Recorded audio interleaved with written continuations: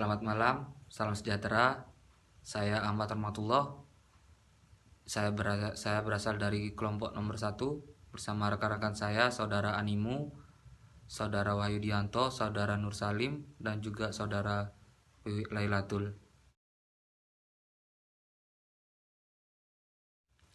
Di sini saya sebagai pemateri nomor 1 akan menjelaskan tentang pengertian pendidikan sistem, yaitu pendekatan sistem merupakan aplikasi pandangan sistem dalam upaya memahami sesuatu atau memecahkan suatu permasalahan.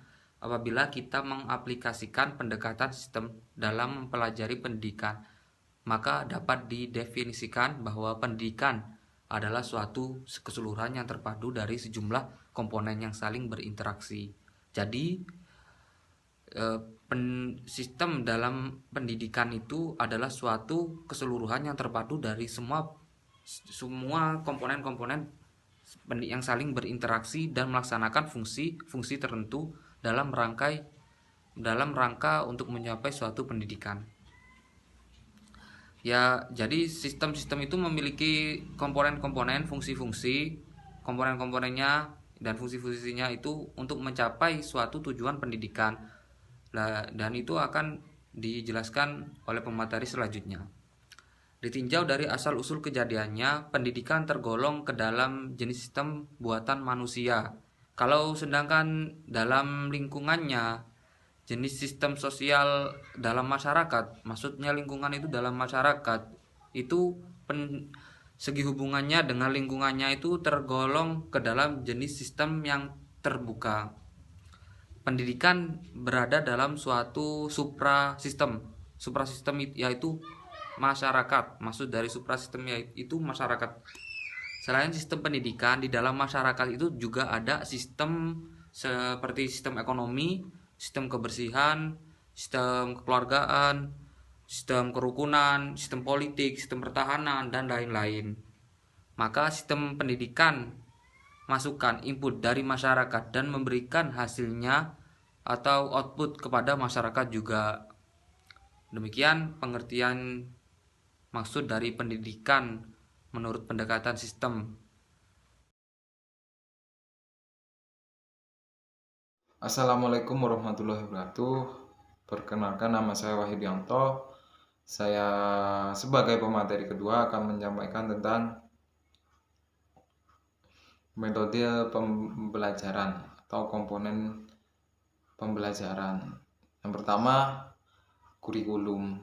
Secara etimologis berasal dari bahasa Yunani, yaitu karir yang artinya pelari dan karir yang artinya tempat berpacu, sedangkan secara terminologi kurikulum yaitu sejumlah pergerakan atau sejumlah pengetahuan atau mata pelajaran yang harus ditempuh oleh atau diselesaikan siswa guna mencapai tujuan dan mendapatkan ijazah.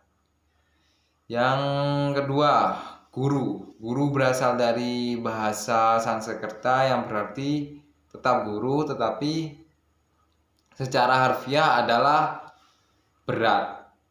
Yang ketiga, siswa. Siswa yaitu komponen belajar itu sendiri, yakni siswa biasanya digunakan untuk atau oleh seseorang yang mengikuti suatu program pendidikan sekolah atau yang lainnya, seperti kuliah itu siswa, tapi yang lebih tinggi ditambahi dengan mahasiswa. Yang keempat, metode pembelajaran. Metode pembelajaran yakni komponen pembelajaran selanjutnya. Metode pembelajaran adalah cara yang dapat dilakukan untuk membantu proses belajar. Yang dapat dilakukan untuk membantu proses belajar mengajar agar berjalan dengan baik. Metode pembelajaran dibagi menjadi dua, yaitu metode tanya jawab dan metode diskusi. Maksudnya metode tanya jawab adalah di mana guru memberikan pertanyaan terhadap murid atau siswa, lalu siswa tersebut lah yang akan menjawab. Sedangkan metode diskusi adalah metode di mana beberapa siswa dijadikan kelompok, satu atau dua kelompok lah, lalu di sana diberi materi, dipahami lalu didiskusikan. Itu saja presentasi dari saya. Wassalamualaikum warahmatullahi wabarakatuh. Saya Anim Fariha akan menjelaskan materi selanjutnya. Yang kelima, materi pembelajaran. Materi pembelajaran adalah salah satu faktor penentu keterlibatan siswa. Nah, ini ada karakteristiknya. Yang pertama, adanya teks yang menarik. Yang kedua, adanya aktivitas yang menyenangkan, memberi siswa kesempatan untuk menggunakan pengetahuan dan keterampilannya. Dan materi ini harus dikuasai oleh siswa juga gurunya. Yang keenam adalah media atau alat pembelajaran. Media adalah alat atau perantara untuk menyampaikan pesan atau informasi dari pengajar pada siswa. Nah, seorang pengajar tidak akan terlepas dari yang namanya media pembelajaran. Nah, guru pun itu adalah suatu media pembelajaran. Yang kelima yaitu evaluasi.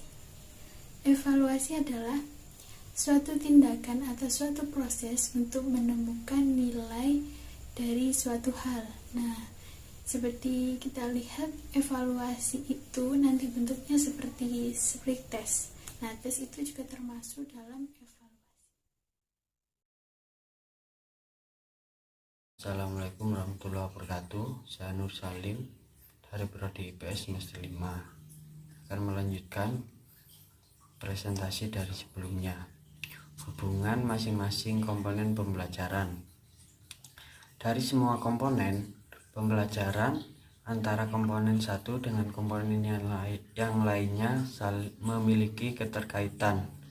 Guru sebagai ujung tombak pelaksanaan di lapangan sangatlah menentukan keberhasilan dalam mencapai tujuan pendidikan. Guru tidak hanya berfungsi sebagai pelaksana kurikulum, guru juga sebagai pengembang kurikulum. Bagi guru, memahami kurikulum merupakan suatu hal yang mutlak. Setelah guru mempelajari kurikulum yang berkaitan, guru selanjutnya membuat suatu desain pembelajaran dengan mempertimbangkan kemampuan siswanya.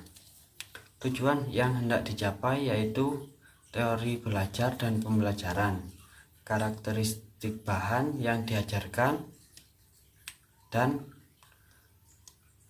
metode media sumber belajar yang digunakan, dan unsur lainnya sebagai penunjang.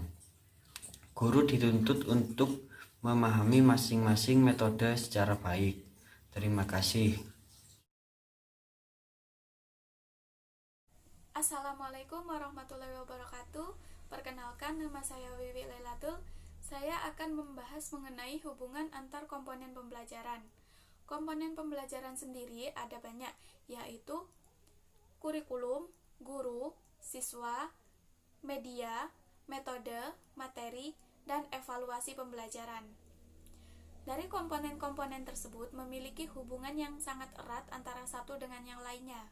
Misalkan di sini guru bertindak sebagai pelaksana dan pengembang dari kurikulum. Selanjutnya, guru akan menyampaikan materi-materi yang ada dalam kurikulum tersebut kepada siswa dengan menggunakan metode dan media pembelajaran yang dirasa tepat digunakan dan dirasa cocok dengan materi yang akan disampaikan. Materi tersebut akan disampaikan dalam kegiatan belajar mengajar atau pembelajaran, dan sesudah kegiatan pembelajaran tersebut, guru akan mengevaluasi kurikulum tersebut. Apakah kurikulum tersebut yang telah digunakan itu sudah cocok ataupun sudah dirasa cukup atau masih kurang untuk pengembangannya, masih perlu